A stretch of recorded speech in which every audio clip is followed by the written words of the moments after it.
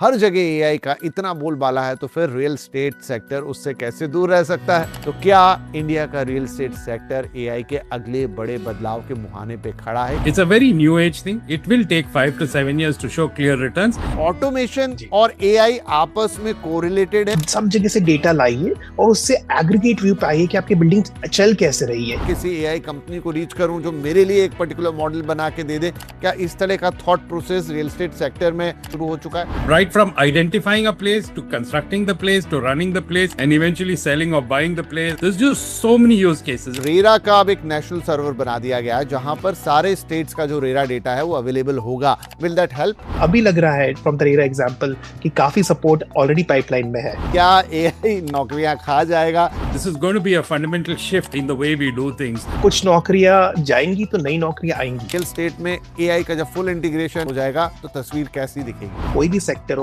उसमें एक समाज है, दूसरा सरकार है, तीसरा रोजगार है और चौथा बाजार है। जब रियल एस्टेट की बात करते हैं तो ये चारों में एआई के लिए बहुत पुल है। ऑलरेडी एआई ने अपना इम्पैक्ट दिखाना शुरू तो कर ही दिया है, लेकिन आने वाले वक्त में वो इस सेक्टर को कितनी डायनामिकली बदलने की ताकत रखता है, तो देखना ये पूरी जर्नी को बड़ा इंटरेस्टिंग होगा। हर जगह एआई का इतना बोलबाला है तो फिर रियल एस्टेट सेक्टर उससे कैसे दूर रह सकता है? तो क्या इंडिया का रियल एस्टेट सेक्टर एआई के अगले बड़े बदलाव के मुहाने पे खड़ा है? It's a very new age thing. It will take 5 to 7 years to show clear returns. Automation और एआई आपस में कोरिलेटेड है। सब जगह से डेटा लाइए और उससे एग्रीगेट व्यू पाइए कि आपकी बिल्डिंग चल कैसे रही है। किसी एआई कंपनी को रीच करूं जो मेरे लिए एक पर्टिकुलर मॉडल बना के दे दे, क्या इस तरह का thought process real estate sector में शुरू हो चुका है? Right from identifying a place to constructing the place to running the place and eventually selling or buying the place. There's just so many use